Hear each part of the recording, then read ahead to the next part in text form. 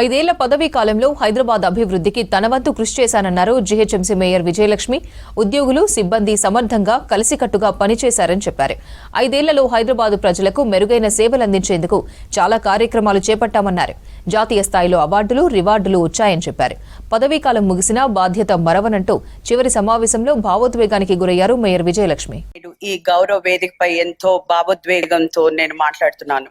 నా మేయర్ పదవీ కాలంతో పాటు మా కార్పొరేటర్ల పదవీకాల ప్రస్థానం వచ్చే నెల ఫిబ్రవరి 10వ తారీఖున ముగియనుంది.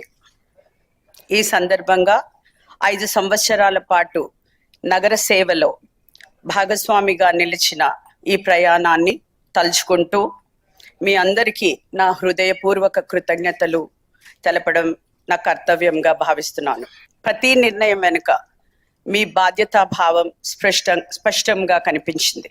వివిధ శాఖ అధికారులు, ఉద్యోగులు, కార్పొరేటర్లు, మీరు నిజమైన నిశ్శబ్ద వీరులు.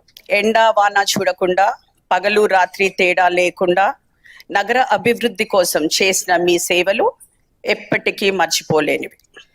పారిశుద్ధ్యం నుంచి పట్టణ ప్రణాళిక వరకు, నీటి సరఫరా నుంచి ఆరోగ్య సేవల వరకు ప్రతి విభాగం నగరానికి ప్రాణంగా నిలిచింది. అందరూ కలిసికట్టుగా పనిచేసిన తీరు సమిష్టి విజయం అని నేను హృదయపూర్వకంగా చెప్తున్నాను.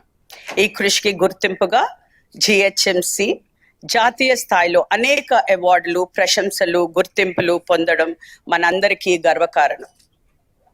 ప్రజలకు మరింత వేగవంతమైన, పారదర్శకమైన, బాధ్యతాయుతమైన సేవలు అందించడంలో మనం సాధించిన పురోగతి రాబోయే తరాలకు బలమైన పునాది అవుతుందని నాకు పూర్తి విశ్వాసం ఉంది. పదవి ముగిసిన హైదరాబాద్ పట్ల నా ప్రేమ, నా బాధ్యత, నిబద్ధత ఎప్పటికీ తగ్గదు.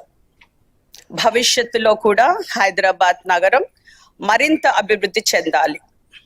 ప్రజలకు మరింత మెరుగైన జీవన ప్రణాళికలు అందాలి అన్నది నా హృదయపూర్వక ఆకాంక్ష.